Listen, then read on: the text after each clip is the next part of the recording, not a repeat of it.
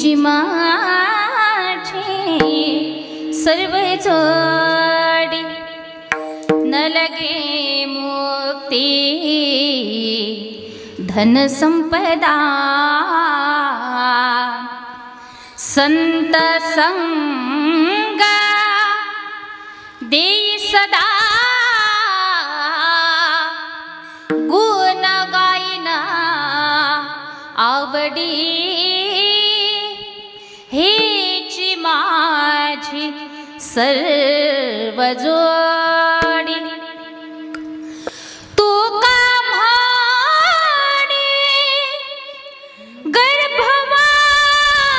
गर्भवासी सुखे घालावे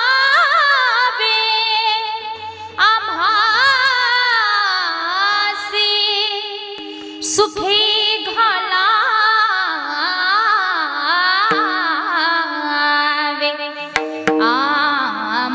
आम्हासी गुण गायन आवडी हेची माझी सर्व जोडी विठ्ठला विठ्ठला ओम नमो ध्यानेश्वरा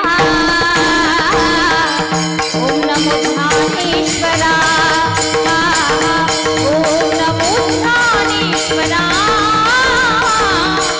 ओम नमो ध्यानेश्वरा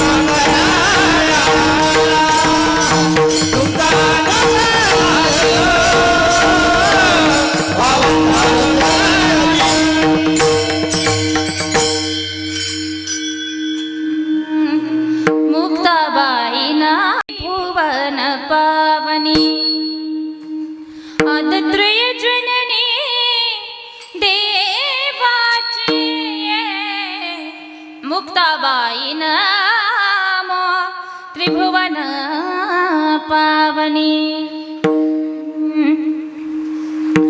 जय जय श्री राधारमणा जय जय नवला किशोर जय गोपी चित चोर प्रभु जय जय माखन चोर सेवी लागी सेवक झालो तुमच्या लागलो निज चरणास शिव भोळा चक्रवर्ती तयाचे पाय माझे चित्ती शरण शरण हनुमंता तुम्हा आलो रामदूता मस्तक हे पायावरी या वारकरी संतांच्या विठ्ठला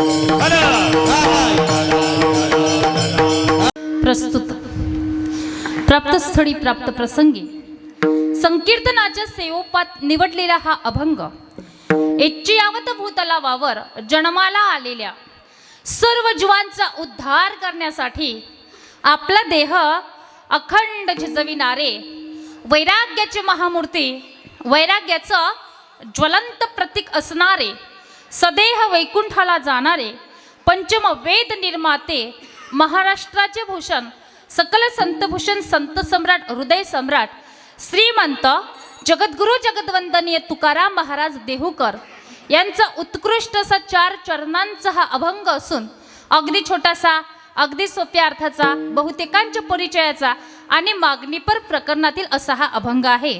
आणि या अभंगामधून जगद्गुरु जगद्वंदनीय श्री संत तुकाराम महाराज देवाकडे मागणी मागतात की देवा, तुला जर मला द्यायचं असेल ना बाबा, तर तू मला एकच दान दे की मला माझ्या जीवनामध्ये तुझा विसर कधी पडू देऊ नको. आणि देवा, तुझा जर विसर आम्हाला पडत असेल तर आम्ही काय करू?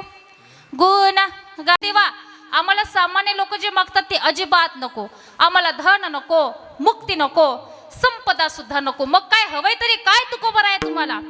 संत संग ते सदा, आम्हाला आमच्या जीवनामध्ये सदा सर्व काळ त्या संतांचा संग घडू दे देवा. मग याकरिता आम्हाला गर्भवासाचं दुःख जरी भोगावं लागेल ना तरी सुद्धा चालेल, ते आम्ही हसत हसत सहन करायला तयार आहे, असा अभंगाचा सरळ सरळ सांगायचा भावार्थ. माईकचा आवाज वाढव ना, थोडा आवाज, थोडा बास वगैरे दे, जाड कर आवाजात. अल्पसा परिहार द्यायचा तो म्हणजे असा की आपल्या या पुण्य पावन असलेल्या पिंपरी गौडी या गावामध्ये श्री महादेव व मारुती संस्थान 31व्या वर्धापन दिनानिमित्ताने अखंड हरिनाम संकीर्तन सप्ताह तथा शिव महापुराण कथा, बरं का. आणि ज्यांच्या मुखातून या कथेचा आपण रसपान करीत आहात असे परम आदरणीय हरिभक्त पारायण श्री रेवणनाथ महाराज चौहान यांच्या अमृततुल्य वाणीतून सतत 7 दिवस झाले आपण या ठिकाणी ही कथा श्रवण केली.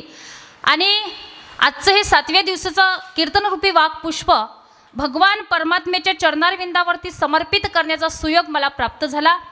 ज्यांच्या माध्यमातून या ठिकाणी कीर्तन सेवेचे योग आला, ज्यांनी मला कीर्तनासंदर्भात कॉल केला असे आदरणीय राजूदादा बघे.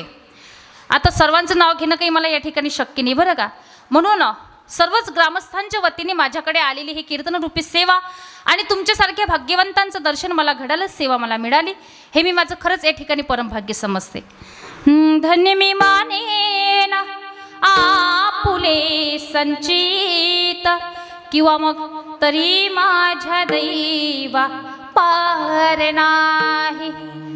खरोखर वस्तुस्थितीनं तुम्ही सुंदर नियोजन ग्रामस्थांनी केलेलं आहे.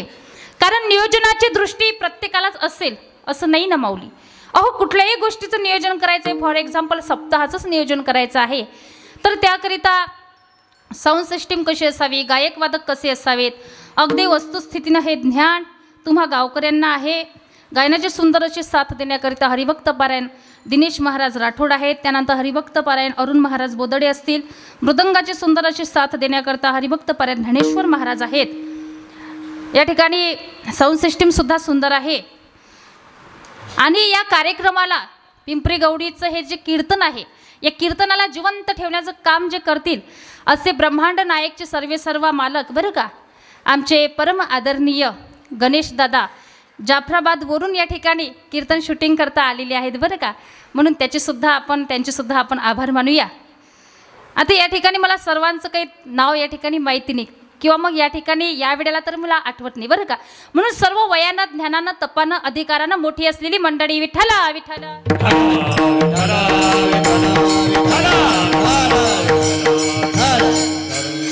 आता तुम्ही तुमच्या गावाचं कीर्तन कधी सुद्धा ब्रह्मांड नायक या यूट्यूब चॅनलवर सर्च केलं तर तुम्हाला हा कार्यक्रम दिसून जाईल, बरं का. बघा, या ठिकाणी भाग्यवान लोक तुम्ही आहात की तुम्ही कीर्तनाला येता. संत ज्या मार्गाने आपल्याला जायला सांगतात त्याच मार्गाने जाणारे आपण लोक आहात. मार्ग दावनिया गेले आधी दयानिधी संत तेनेचे पंथे चालू जाता. बघा, या ठिकाणी भाग्यवान लोक आपण आहात की कीर्तनाला तुम्ही येता. कारण बघा, कुणीही नाही येत दादा या कथा कीर्तनाला. अरे सपने तो सभी सजाते हैं लेकिन टूट जाते हैं, सपने तो सभी सजाते हैं लेकिन टूट जाते हैं. ठीक उसी तरह शुरू कथा कीर्तन में तो वही लोग आते हैं जिन्हें हमारे राम और कृष्ण बुलाते हैं, जिन्हें हमारे राम और कृष्ण बुलाते हैं. म्हणून भाग्यवान लोक या ठिकाणी आपण आहात की कीर्तनाला आपण येता. आणि आज खरं सांगायचं म्हणजे बरं का की आमच्या माहेरचं बरं का भूषण, आता माझं गाव झाडेगावचं आहे, तर वडशिंगीचे जे भूषण आहेत, देशाचे जवान आमचे अमोलदादा, हे सुद्धा या ठिकाणी आज कीर्तनामध्ये आलेले आहेत बरं का. म्हणून मला सांगायचं तुम्हाला कुणीही नाही येत दादा कथा कीर्तनाला. बघा, आपला भारत देश अतिशय पवित्र आणि पावन देश आहे आणि त्यामध्ये महाराते कोडा या भारत भूमीमध्ये अनेक जाती, अनेक पंथ, विविध भाषा बोलल्या जातात. माझ्या ताईंनो पण ऐका, सर्वांच्या हृदयामध्ये मात्र एकच भावना, India is my country, all the Indians are my brothers and, बोलत चला ना, नानमुखातले पाहुणे आहे का, सारे भारतीय माझे कोण आहेत, बांधव आहेत. याचाच अर्थ असा आहे, भारतीय संस्कृती ही उच्चकूट पवित्र आणि पावन देश नाहीत की ज्या देशाचं वर्णन एका गीतकाराने फार सुंदर केलंय. जहाँ डाल डाल पर सोने की चिड़िया करते हैं बसेरा, ओ भारत देश है मेरा, ओ भारत देश है मेरा, जहाँ सत्य अहिंसा और धर्म का पग पग लगता मेरा, ओ भारत देश है मेरा, ओ भारत देश है मेरा, ओ भारत देश है मेरा, ओ भारत देश है मेरा, ओ भारत देश है मेरा.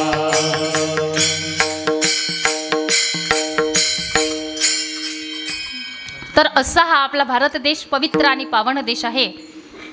हाच तो भारत देश आहे. या भारत देशामध्ये, या महाराष्ट्राच्या भूमीमध्ये कैवल्य साम्राज्य चक्रवर्ती विष्णू माऊली संतश्रेष्ठ ज्ञानोबराय होऊन गेले. वैराग्य राग रसिक जगद्गुरु जगदवंदनीय श्री संत तुकाराम महाराज, शांती ब्रह्म एकनाथ महाराज, संत नामदेव महाराज, संत जनाबाई, मीराबाई, मुक्ताबाई, बहिणाबाई, अहिल्याबाई, राष्ट्रमाता राजमाता जिजाऊमासाहेब, झाशीची राणी लक्ष्मीबाई, भगतसिंग, सुखदेव, राजगुरू, चंद्रशेखर आझाद, नेताजी सुभाषचंद्र बोस, क्रांतीज्योती सावित्रीबाई फुले, महात्मा फुले असे अनेक अनेक थोर रत्न या भारत भूमीमध्ये होऊन गेले. हाच तो भारत देश आहे. भारत भूमीमध्ये स्वामी विवेकानंद होऊन गेले की ज्यांनी आपल्या भगवत धर्माची पताका परप्रांतामध्ये रोवली. त्यावेळेस कुठं त्यांचं रक्त शांत झालं. ऐका, ज्या वेळेला स्वामी विवेकानंद आपली भगवत गीता घेऊन परप्रांतामध्ये गेलेत ना दादा, त्यावेळेला आपली ही भगवत गीता सर्व धर्म ग्रंथांच्या खाली ठेवण्यात आली. सगळ्या लोकांची भाषणं द्यायला चालू केली, सगळ्या लोकांनी भाषण द्यायला सुरुवात केली. शेवटी स्वामी विवेकानंदांना उठवण्यात आलं.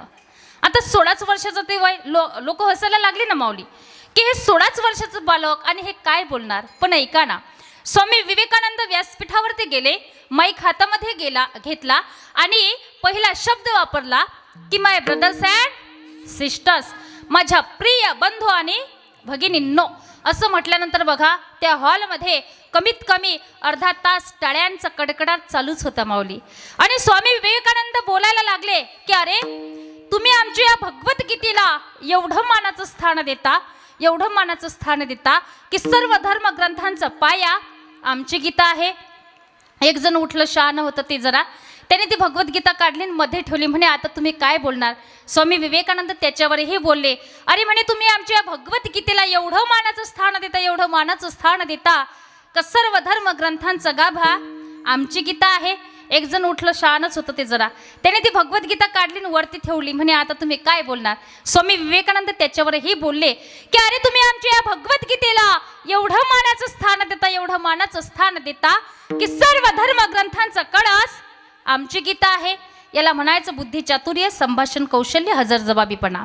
आणि हे फक्त आणि फक्त भारतातच होऊ शकतं बरं का, अन्यथा नाही. म्हणून तर म्हणावं असं वाटतं, अरे भारतासारखा देश नाही, महाराष्ट्रासारखं राज्य नाही, पंढरपुरासारखं तीर्थ नाही, पांडुरंगासारखं दैवत नाही, ज्ञानोबरायांसारखे संत नाही, ज्ञानेश्वरीसारखा ग्रंथ नाही, वारकरी संप्रदायासारखं संप्रदाय नाही, रामकृष्णारीसारखा मंत्र नाही, रामायणासारखी आचारसंहिता नाही, रामासारखा मुलगा नाही, सीतेसारखी सून नाही, दशरथासारखे वडील नाही, कौशल्यासारखी आई नाही, सीतेसारखी सून नाही बरं का, भरत लक्ष्मणासारखे भाऊ नाही, उर्मिलासारखे जाऊ नाही, रावणासारखा शत्रू नाही, विभीषणासारखा मित्र नाही, कोल्हे इतका लबाड नाही, कावळे इतका धूर्त नाही, काजळे इतका काळा नाही, लोणे इतका मऊ नाही, या माणसाच्या शरीरासारखं दुसरं शरीर कुणाचं नाही.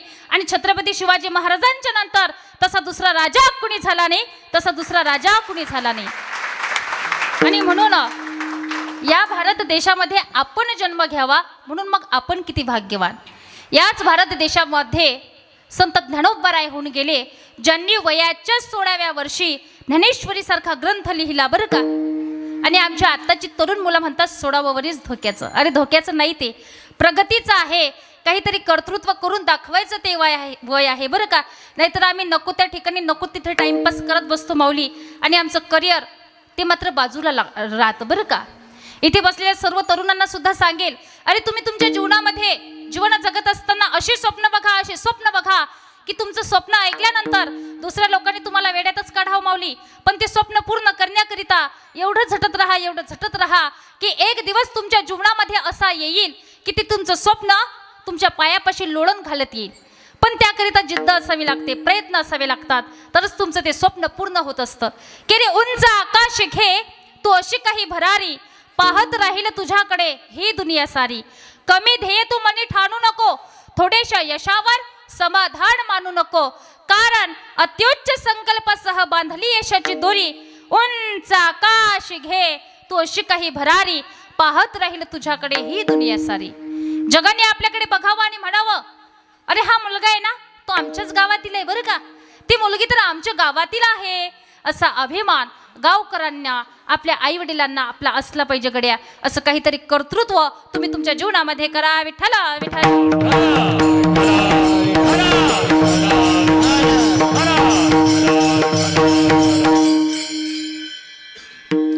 हीच ती भारत भूमी आहे. या भारत भूमीमध्ये वैरागी रागरसिक जगद्गुरु जगतवंदनीय श्री संत तुकाराम महाराज होऊन गेले. तुकोबा रायांचा अधिकार सामान्य नाही माझ्या दादांनो. अरे घरात नाही आन, गावात नाही मान, तरी चित्तात समाधान. जगद्गुरु तुकोबराय. तुकाराम तुकाराम नाम घेता कापे यमा.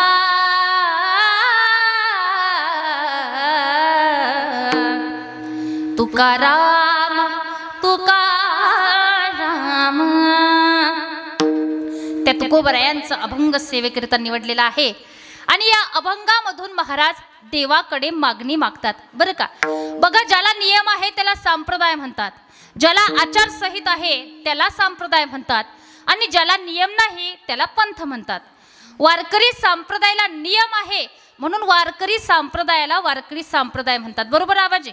आणि वारकरी संप्रदायाचा नियम असा आहे, सप्ताह हा कितीही दिवसाचा का असो ना, पण पहिल्या दिवसाचं कीर्तन हे नामपर प्रकरणातील असावं, दुसऱ्या दिवशी मग कुठलाही अभंग चालतो, आणि 7व्या दिवशी जागराच्या दिवशी मात्र कीर्तनकाराने मागणीपर प्रकरणातील अभंग घ्यावा, आणि उद्या मग काल्याच्या प्रकरणातील.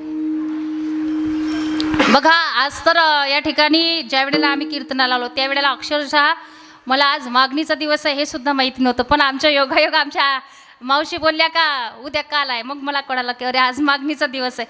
नाहीतर बॅनर ते गडबडीमध्ये होती, एखाद्या वेळेला धावपळीमध्ये बॅनर वगैरे टाकायचं लक्ष नाही राहिलं, आणि तारीख घेताना सुद्धा त्या ठिकाणी बरोबर टाकून द्या हा दिवस चालेल अशा पद्धतीने बरं का. म्हणून आज मागणीचा दिवस असल्या कारणानं मागणीपर प्रकरणातील अभंग कीर्तनकाराने घ्यावा. कारण पहिल्या दिवसाचा कीर्तनकार आणि शेवटच्या दिवसाचा कीर्तनकार हा बांधलेला असतो बरं का, अगदी दोरीने वगैरे बांधलेला नाही बरं का. पहिल्या दिवसाचा कीर्तनकार नामाने बांधलेला असतो, त्या ठिकाणी आज मागणीपर प्रकरणातील अभंग या ठिकाणी घ्यावा अशा प्रकारे बांधलेला असतो बरं का. विठ्ठला विठ्ठला.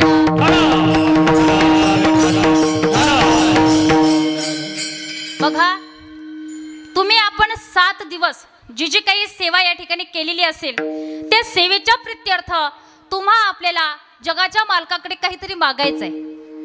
पण संतांनी जी इच्छा प्रगट केली तीच इच्छा आपल्याला प्रगट करायची आहे. म्हणजे आपल्याला जे आवडतं ते मागत बसायचं नाही. आणि मी तर असं म्हणते की अरे न मागता जर आपल्याला त्या पांडुरंगाने सगळं काही दिलेलं असेल मग मागायची गरजच काय. बघा, गरीबालाच मागणं असतं असं नाही आबाजी, बरोबर आहे ना. मुंगीपासून ते ब्रह्मदेवापर्यंत सगळ्यांच्या जीवनात मागण्याची क्रिया आहे, फक्त गरीबालाच मागणं नसतं. देवाच्या मंदिराचा जर आपण विचार केला तर देवाच्या मंदिरात लोक मागण्यासाठीच जातात. ए मंदिर भी क्या गजब की चीज है, ए मंदिर भी क्या गजब की चीज है, यहाँ अमीर अंदर भीक मागते हैं और गरीब बाहेर भीक मागते हैं. पण बाहेरच्या भिकाऱ्याचं रुपया 2 रुपयात समाधान होतं माऊली, पण आतल्या भिकाऱ्याला 4-4, 5-5 कोटी लाख रुपये मिळून सुद्धा समाधान होत नाही. मग खरा भिकारी कोण आहे हा परीक्षण करण्यासारखा विषय आहे बरं का. बघा, संत सुद्धा मागतात, आपणही मागतो, पण संत जे मागतात ना तर ते परमार्थासाठी मागतात, आपण मागतो आपल्या स्वार्थासाठी. म्हणून स्वार्थासाठी जी लोक मागत असतात ना दादा, त्यांना लोक विसरत असतात. वाक्य नीट ऐकले का? स्वार्थासाठी जी लोक मागत असतात त्यांना लोक विसरत असतात, आणि परमार्थासाठी जगाच्या कल्याणासाठी जी लोक मागत असतात ना दादा, त्यांना लोक आठवत असतात. बघा, मी जर तुम्हाला विचारलं भारताचे दुसरे अर्थमंत्री कोण आहे माहिती कुणाला? हा, पहिले कृषी मंत्री नाही ना माहिती तुम्हाला. पण बघा, एक फुटकं गाडगं हातामध्ये आणि सगळे रस्ते झाडून काढली. काय होते संतांचं नाव? गाडगे महाराज की. काही संकोच आहे का? हा परमार्थ आहे बरं का. संतांमध्ये आणि आपल्यामध्ये हाच फरक आहे. आता काही लोक म्हणतील ताई संतांमध्ये आणि आमच्यामध्ये आम्हाला फरक वाटत नाही. हो ताई, ऐका ना, संतांना 2 हात, आम्हाला 2 हात, त्यांना घरदार, आम्हाला घरदार, त्यांना बायको पुरं, आम्हाला बायको पुरं. ताई, संतांमध्ये आणि आमच्यामध्ये आम्हाला फरक वाटत नाही. हो बघा, अशा बऱ्याच गोष्टी जगामध्ये दिसायला सारख्या पण असायला मात्र वेगळ्या. आकाशामध्ये चंद्रही आहे, आकाशामध्ये चांदणे सुद्धा आहेत, पण चंद्र आहे, चांदण्या आहेत. एकाच दुधापासून ताक आणि एकाच दुधापासून लोणी निघते, पण लोणी आहे, ताक आहे. दुधाची अंगी निघे ताक लोणी, एके मोली दोन्ही मागू नये. मला असं वाटतं की तुम्ही मी आपण सर्वजण जे आहोत ना, हे ताकाच्या ठिकाणी आहोत. संत जे असतात ते लोण्याच्या ठिकाणी असतात. लोणी म्हणजे निष्ठा. वारकरी संप्रदायामध्ये वैराग्याचं उदाहरण द्यायचं झाल्यास तुकोबारायांचं द्यावं लागतं. वारकरी संप्रदायामध्ये ज्ञानसाधनेचं उदाहरण द्यायचं झाल्यास ज्ञानोबारायांचं द्यावं लागतं. वारकरी संप्रदायामध्ये नामसाधनेचं उदाहरण देण्याचं झाल्यास नामदेवरायांचं द्यावं लागतं. शांतीचं उदाहरण द्यायचं झालं तर नाथबाबांचं द्यावं लागतं, आणि निष्ठेचं उदाहरण द्यायचं झालं तर निळोबारायांचं द्यावं लागतं. वैराग्य कुणासारखं? तुकाराम महाराजांसारखं. ज्ञानसाधना ज्ञानोबारायांसारखी, नामसाधना नामदेवरायांसारखी, शांती नाथबाबांसारखी, निष्ठा निळोबारायांसारखी. संतांमध्ये आणि आपल्यामध्ये हाच फरक आहे. हो विठ्ठल विठ्ठल.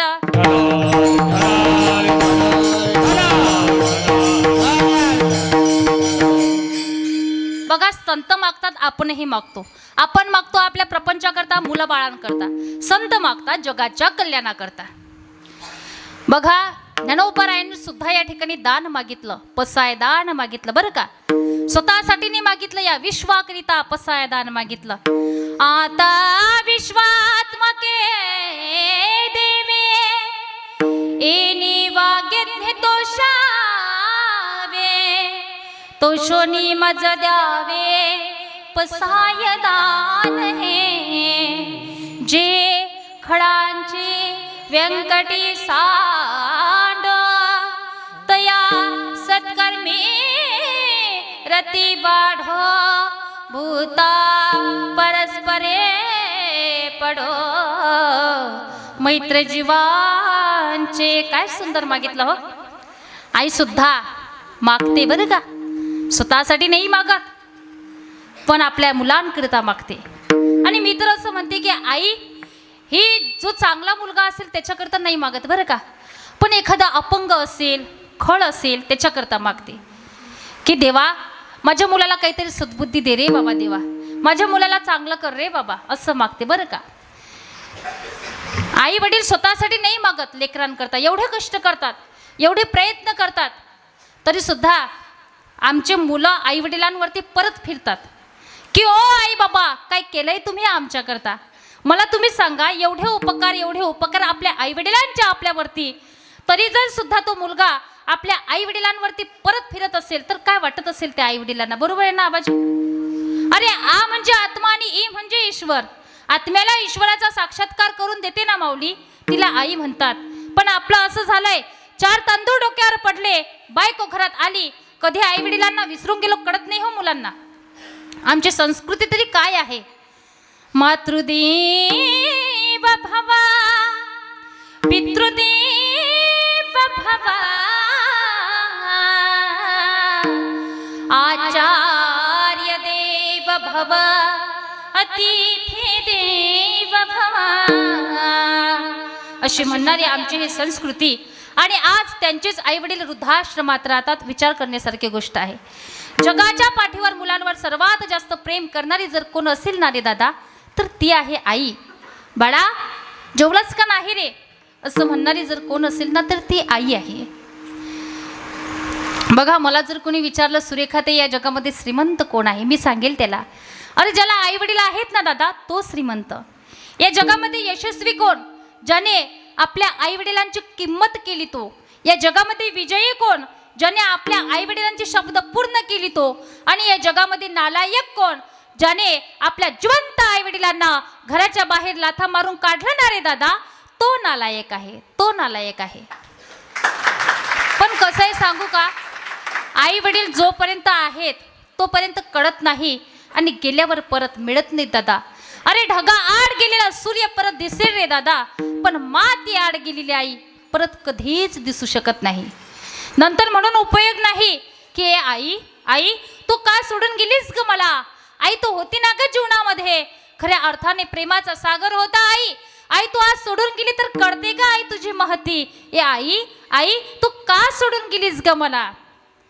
कशाला गेलीस आई तू स्वर्गाला,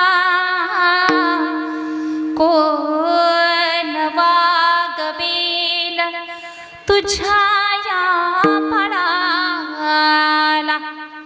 बघा, आपण जीवनामध्ये फार मोठी संपत्ती कमावली म्हणजे झालं असं नाही दादा. ज्या घरामध्ये तुमचे आई वडील दुःखी असतील ना रे, त्या घरामध्ये तुमच्या संपत्तीचा, प्रॉपर्टीचा, इस्टेटीचा काहीच उपयोग होत नाही. बघा, गोदान आणि भोदान चळवळीचा महान प्रणेता विनोबा भावे ज्या वेळेला व्याख्यानाला जायचे ना, त्यावेळेला आपल्या आईचं मडकं पातळ सोबत घेऊन जायचे. त्या ठिकाणी व्याख्यान करायचे. व्याख्यान झाल्यानंतर भावेंकरता सुंदर मखमलीचं मऊ लुसलुशीत बिछाईत केलेलं असायचं. भावेंनी काय करावं, त्याच्यावरती आपल्या आईचं मडकं पातळ घ्यावं, ते अंथरावं, त्याच्यावरती झोपावं. लोकांनी विचारावं भावेंना, ओ भावे एवढं मखमलीचं बिछाईत केलंय हो आम्ही तुमच्याकरिता, आणि तुम्ही या बिछाईतवरती हे मडकं पातळ काय अंथरता. त्यावेळेला भावे म्हणतात, सावकार अहो तुमच्याकरता असेल तुमचं मऊ लुसलुसीत बिछाईत, पण ऐका ना सावकार, माझी आई या जगामध्ये आज नाही हो. ती ज्या वेळेला जगामध्ये होती ना, त्यावेळेला मी माझ्या आईच्या मांडीवरती झोपायचो. आज ती या जगातून निघून गेली, पण ऐका ना सावकार, ज्या ज्या वेळेला मी या मडक्या पातळावर झोपतो ना, त्या वेळेला मला असं वाटतं ही माझ्या आईची मांडी आहे आणि मी माझ्या आईच्या मांडीवरती झोपलेलो आहे. बघा, गोदान आणि भोदान चळवळीचा महान प्रणेता विनोबा भावे कापडामध्ये आई शोधतो रे, आणि आपण आपल्या जिवंत आई वडिलांना घराच्या बाहेर लाथा मारून काढतो. काय वाटत असेल त्या आई वडिलांना. खऱ्या अर्थाने तुम्ही तुमच्या आई वडिलांची सेवा करा गड्या. तुम्हाला तुमच्या जीवनामध्ये स्वतंत्र देवाची भक्ती करण्याची गरज पडणार नाही. आई वडील माझे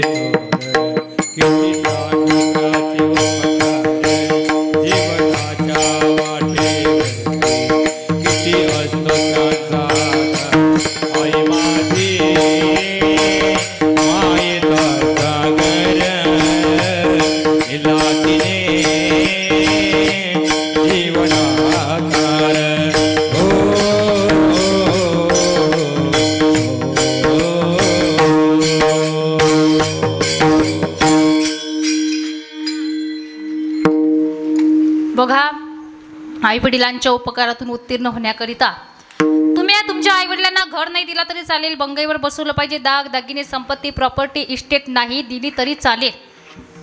फक्त 2 शब्द का होईना आपल्या आई वडिलांशी प्रेमाने बोलावे लागतात बरं का. कारण माँ बाप ही ना खुश है तेरे, बेकार ये सारी कमाई है, 1 लाख नहीं ये हार है। इस बात को मत भूलना, हर बात को तुम भूलो भले। माँ बाप को मत भूलना, उपकार इनके लाखों है। इस राज को मत भूलना, माँ बाप को मत भूलना। अपने ही पेट को काटा है और तेरी काया सजाई है। इन पावन लोगों के दिल को पत्थर बनकर मत खोलना, माँ बाप को मत भूलना।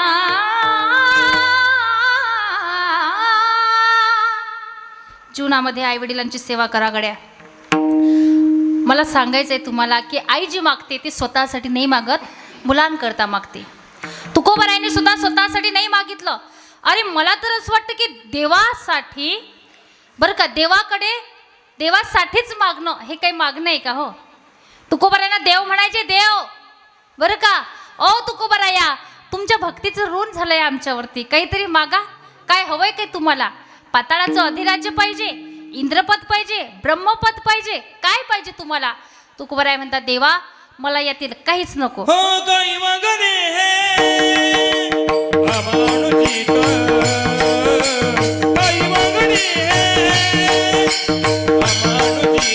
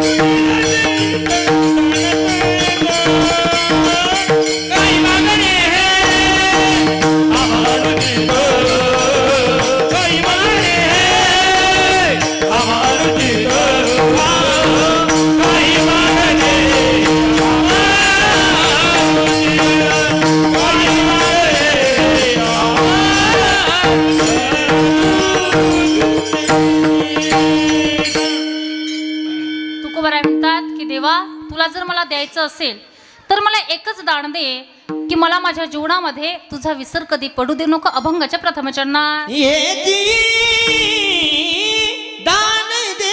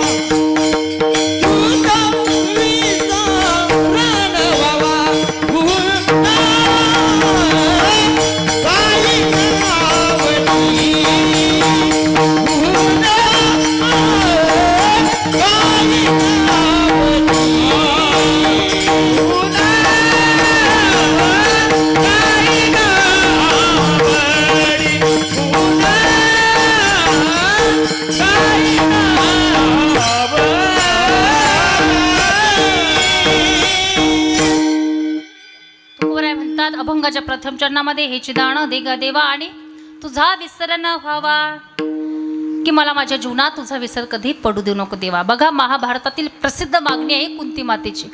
अत्यंत त्रासाचं जीवन पांडवांचं. 12 वर्षाचा वनवास, 1 वर्षाचा अज्ञातवास संपला, पांडवांना राज्य मिळालं. त्यावेळेला कन्हैया कुंती मातेजवळ जातात आणि म्हणतात की अगं आत्या, तुला खरं सांगू का, कौरवांना जरी राज्य मिळालं असं तरी माझा काही विषय नव्हता, पण ते अधर्मी असल्यामुळे मी पांडवांची बाजू घेतली. बघा आत्या, विदुरजींचं सांगणं होतं धृतराष्ट्राला की थोडंसं काहीतरी दे पांडवांना, पण नाही ऐकलं. द्यूत खेळलं, द्यूतामध्ये तुझी मुलं हारली आणि खऱ्या अर्थाने युद्धामध्ये सुद्धा हारली. पण जाऊ दे आत्या, तुझी मुलं आता राजे झाले, तुझे सुखाचे दिवस आले. आत्या, तू मला आजपर्यंत काही मागितलं नाही, मी तुला काही दिलं नाही, पण मला असं वाटतं आज तू मला काहीतरी मागावं. त्यावेळेला कुंती माता म्हणतात, अरे कन्हैया, मैं तुम्हें जो मांगने जा रही हूँ ना वो साधारण बात नहीं है, वो तुमको देना पड़ेगा. त्यावेळेला कन्हैया म्हणतात, अगं आत्या, तू आतापर्यंत मला काही मागितलं आणि मी तुला काही दिलं नाही असं कधी झालंय का? तू मागून तर बघ, मी तुला द्यायला तयार आहे. कन्हैया, वैसी बात नहीं है, लेकिन मैं जो मांगने जा रही हूँ ना वो साधारण बात नहीं है, वो तुमको देना पड़ेगा. त्यावेळेला कन्हैया म्हणता, अगं आत्या, तुझा माझ्यावर भरोसा नाही का? भरोसे की बात नाही है का ना, लेकिन तुम्ही वो देना पड़ेगा. त्यावेळेला कन्हैया म्हणता, आत्या तू फक्त मागून बघ, मी तुला द्यायला तयार आहे. त्यावेळेला कुंती माता म्हणतात, अरे कन्हैया, तुला जर मला द्यायचं असेल ना तर तू मला माझ्या आयुष्यामध्ये दुःख आणि दुःखच दे, संकट आणि संकटच दे. विपदः सन्तु न शाश्वत तत्र तत्र जगत गुरु भवतु दर्शनम यस्यात पुनर्भव दर्शनम. विपद म्हणजे मला माझ्या आयुष्यात संकट दे, कारण दुःखामध्ये माणसं देवाला आठवत असतात, सुखामध्ये माणसं देवाला विसरत असतात. ज्या वेळेला आपल्या जीवनामध्ये दुःख येतं ना त्यावेळेला नको नको ते अट्टहास लोक करत असतात. दुःख में सुमिरन सब करे, सुख में करे न कोई, जो सुख में सुमिरन करे दुःख काय को होय. काही लोक म्हणतात कुंती मातेने मागून मागून काय मागितलं हो देवाकडे? दुःख. अरे पण मी तर म्हणते खऱ्या सुखाची मागणी कुंती मातेने केली, कारण तिने तर देवालाच मागून घेतलं, कारण देवाचा विसर माझ्या जीवनात पडू देऊ नको. आणि दुःखामुळे देवाचा त्या ठिकाणी विसर माणसाला पडत नसतो, देव उलट आठवत असतो. आणि भगवान परमात्मा कसा आहे? सुखरूप आहे साधू जग कोण सांगा, माझ्या पांडुरंगा सारिखा जो सर्व सुखाचे आगार, बाप रखमा देवर सर्व सुखाचे आगार, जणी म्हणे शारंगधर सर्व सुखाचे आगार, म्हणे नरहरी सोनार आनंदाद्वय नित्य निरमय. जे का निज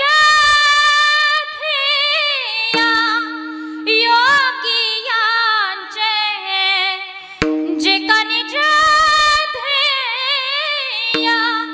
योगियांचे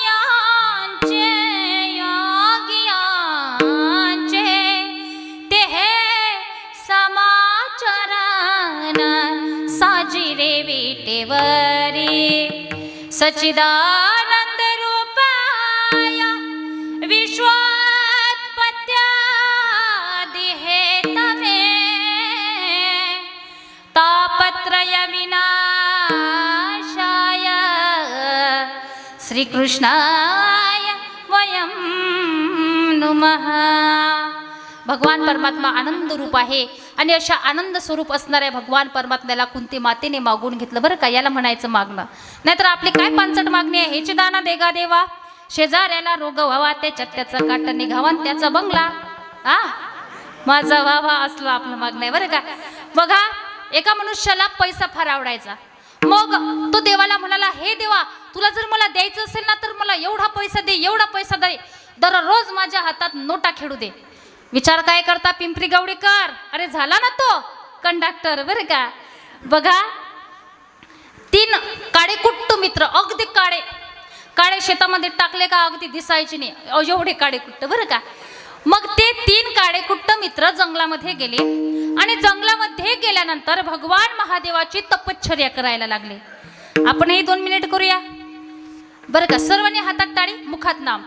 नम शिवाय, ओम नम शिवाय, हर हर बोले नम शिवाय. टाळी वाजवा, भजन करा.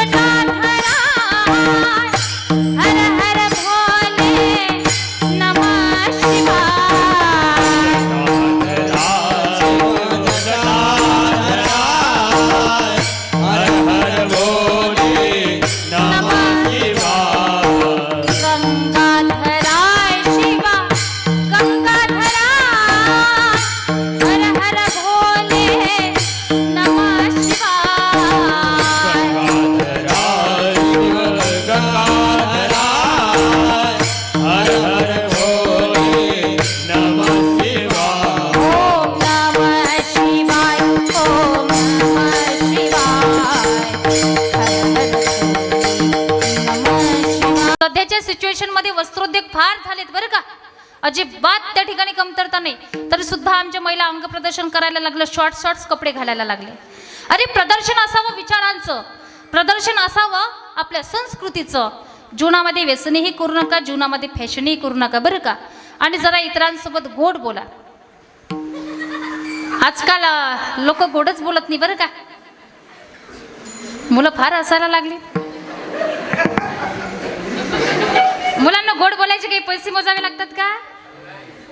तरी सुद्धा आजकाल लोक गोड बोलत नाही हो. ज्ञानोबा सांगतात माणसाने कसं बोललं पाहिजे.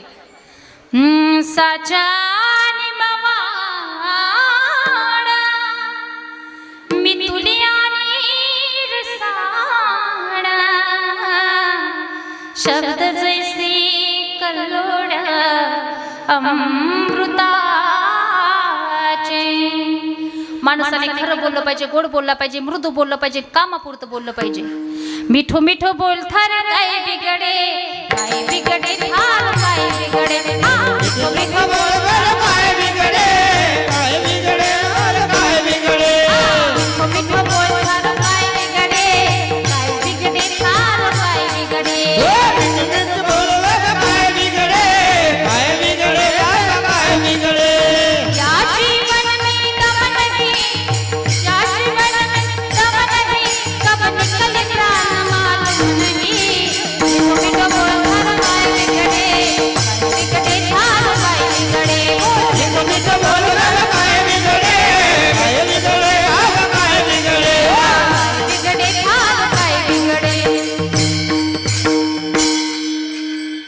वर्षभर माणसं खूप सारी साखर खातात बरं का, चहाच्या माध्यमातून, लाडवांच्या माध्यमातून. तोंडाला पाणी सुटू देऊ नका बरं का.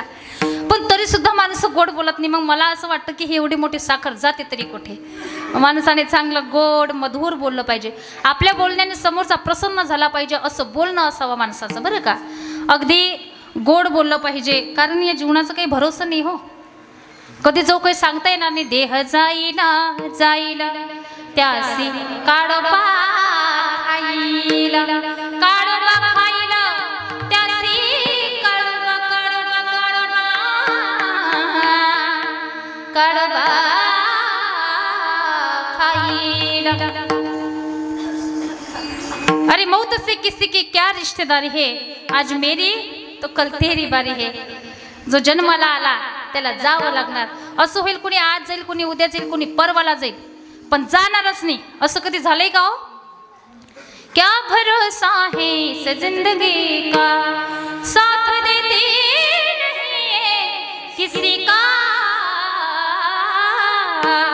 क्या भरोसा है इस जिंदगी का. बघा पिंपरी गौडी वासियांनो, लोक ज्या वेळेला स्मशानभूमीमध्ये जातात ना, त्यावेळेला म्हणतात, काय म्हणतात, काही खरं नाही हो जीवनाचं. देह अगदी पाण्याचा बुडबुडा. कुठपर्यंत? स्मशानभूमीमधून घरापर्यंत येईपर्यंत बरं का.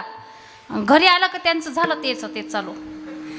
आता तुम्ही सुद्धा या ठिकाणी जोपर्यंत कीर्तनामध्ये बसलेले आहेत तोचपर्यंत तुमचं चाललंय. हो सुरेखाताई, तुम्ही जे सांगताय ना अगदी तेच खरं. कुठपर्यंत? इथे बसलेले आहे तोचपर्यंत. एकदा का बाहेर गेला का तुमचं लगेच चालू होतं. हा, त्यांचं काय रोजच आहे ते. बरोबर आहे ना. मला सांगायचं आहे तुम्हाला की जीवनामध्ये आल्यानंतर चांगलं सत्कर्म करा, माणुसकी सांभाळा. आजकाल माणुसकी शिल्लक राहिली नाही. अरे माणसाने माणसाशी माणसासारखं वागणे याचं नाव आहे माणुसकी. जगातील सर्वात मोठा धर्म जर कोणता असेल तर तो माणुसकी आहे. पत्थर एक बार मंदिर में जाए तो पत्थर भगवान बन जाता है. इंसान हर रोज मंदिर में जाता है लेकिन इंसान इंसान नहीं बन पाता. विचार करण्यासारखी गोष्ट आहे. अरे ये जरूरी नहीं कि इंसान हर रोज मंदिर में जाए, लेकिन कर्म ऐसा होना चाहिए इंसान जहाँ जाए मंदिर वहाँ बन जाए, मंदिर वहाँ बन जाए. ती फार सुंदर प्रार्थना आहे. आपण देवाकडे म्हणूया. मी माझ्या प्रत्येक कीर्तनामध्ये ती प्रार्थना म्हणत असते. आपण सर्वांनी मोठ्या प्रेमाने ती प्रार्थना म्हणूया आणि या ठिकाणी कीर्तन थांबवूया. सर्वांनी, तुम्हाला ज्यांना कुणाला येत असेल त्यांनी सर्वांनी त्या ठिकाणी सहकार्य करायचं आहे.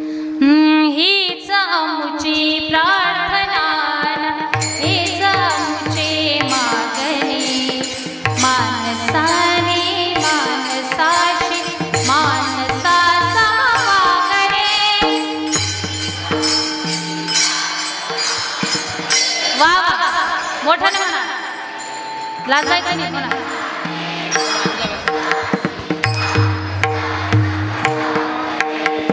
धर्म जाती प्रांत भाषा द्वेष सारे संपुदे एक निष्ठा एक आशा एक रंगी रंगू दे अन पुन्हा पसरो मनावर शुद्धतेचे चांदणे मानसाने मानसाशी मानसा समवागणे हीच आमची वा